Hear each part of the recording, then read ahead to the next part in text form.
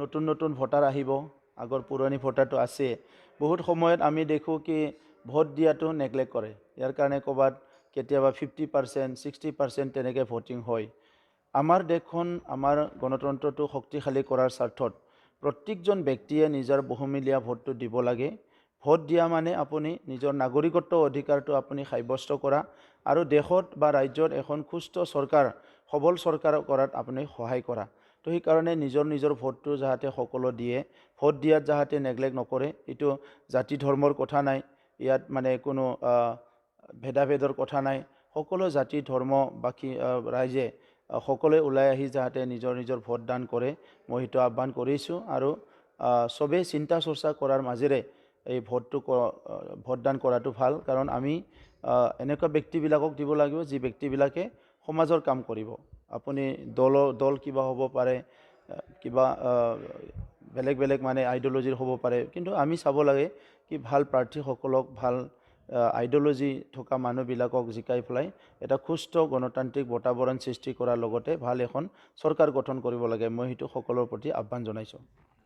5টা বজাত শেষ হৈছে আৰু তাৰ পিছত 144 লাগি যায় আৰু নিৰ্বাচন প্ৰচাৰ হোৱাৰ পিছত তেনেকুৱা হাজাৰৰ সংখ্যাত মানুহ গেদাৰিং হোৱাটো এইটো ভায়োলেশ্যন অফ কোড অফ কণ্ডাক্ট। এইকাৰণে কালি যিটো বাইদেউৰ ঘৰত যিটো দেখিবলৈ পালোঁ টিভিত বা বিভিন্ন জনৰ পৰা, যি চ'ৰ্চৰ পৰা গম পালোঁ, সেইটো অলপ দুৰ্ভাগ্যজনক কথা। কাৰণ বাইদেৱে নিজে এজন খুব পুৰণি এজন পলিটিচিয়ান হয় আৰু তেখেতে চব কথাই বুজি পায়। তো ইয়াৰ পিছত কালি যিটো ঘটনা, এই ঘটনাত বহুত সন্দেহৰ আৱৰ্ত থাকে কি নিৰ্বাচন প্ৰচাৰ শেষ হোৱাৰ পিছত ইমান হাজাৰো সংখ্যক মানুহ কিয় তেখেতক ঘৰলৈ আহিছে।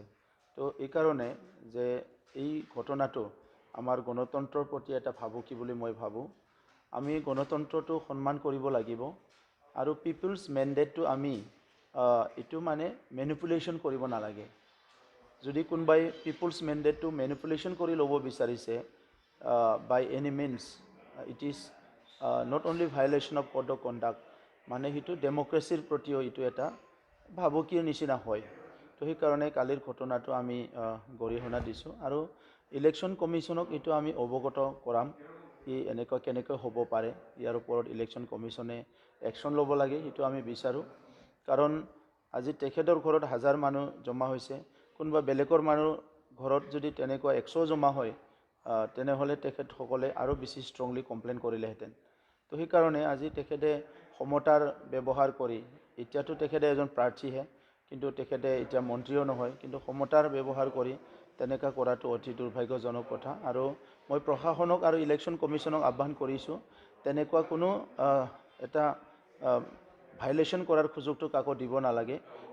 মডেল কোড অফ কণ্ডাক্ট বা ইলেকশ্যন ৰুলবিলাক ষ্ট্ৰিক্টলি ফ'ল' হ'ব লাগে, সেইটো আমি বিচাৰোঁ। আৰু কোকৰাঝাৰত দশকৰ পৰা দশক ধৰি বহুত ভায়োলেন্স হ'ল, হিংসা হ'ল, কেতিয়াবা গান পইণ্টত নিৰ্বাচন হৈছে, কেতিয়াবা বাহুবল আৰু ধনবল ব্যৱহাৰ কৰি নিৰ্বাচন হৈছে। এইবাৰ প্ৰথমবাৰ আমি বিচাৰিছোঁ নিকা আৰু স্বচ্ছ এটা ভোটিং হ'ব লাগে আৰু ৰাইজে সুস্থ গণতান্ত্ৰিক এটা প্ৰক্ৰিয়া মাজেৰে গৈ এটা সুস্থ এটা চৰকাৰ পাব লাগে। আৰু সেইকাৰণে মই পুনৰ আহ্বান কৰিছোঁ প্ৰশাসন আৰু ইলেকশ্যন কমিশ্যনে এই কথাটো যাতে নজৰত ৰাখে। বহুত বেছি ভায়োলেন্স কেতিয়াবা হোৱা নাই যদিও বহুত সময়ত কোকৰাঝাৰত ফ্ৰী এণ্ড ফেয়াৰ ইলেকশ্যন হোৱা নাই। ইয়াত সদায় এটা ডমিনেশ্যনত, সদায় এটা ভাবুকিৰ মাজত থাকি ৰাইজে ভোট দিব লগা হৈছে আৰু ইভেন নিজৰ মনোপ্ৰত কোনোবা প্ৰাৰ্থীকো ভোট দিব পৰা নাই বহুত সময়ত, তেনেকুৱা বহুত এক্সাম্পল আছে। তো সেইকাৰণে মই ভাবোঁ কি তেনেকুৱা পৰিস্থিতিটো এতিয়াও 100% খাম খাটা নাই। কিন্তু এইবাৰ UPPL, BJP আৰু বাকী প্ৰাৰ্থীবিলাক যিটো আছে, বাকী দলবিলাকে আমি চবেই সজাগ, ৰাইজে সজাগ। গতিকে এনেকুৱা সময়ত কোনোবা চেষ্টা কৰিলেও ইয়াত এটা ভাবুকি আনিব পাৰিব, এনেকুৱা আমি দেখা নাই। তো এই সময়ত আমি কাৰো প্ৰতি বেলেগ কথা ক'ব বিচৰা নাই। মই প্ৰশাসনকে কৈছোঁ যে এই ক্ষেত্ৰত নজৰ দিব লাগে, কোনো ভায়োলেন্স যাতে নহয়, হিংসা যাতে নহয়, নিৰ্ভীকভাৱে সকলো যাতে নাগৰিকে নিজৰ ভোটটো দিব পাৰে, এই পৰিৱেশটো ৰখাৰ কাৰণে মই চৰকাৰী প্ৰশাসনক আহ্বান কৰিছোঁ।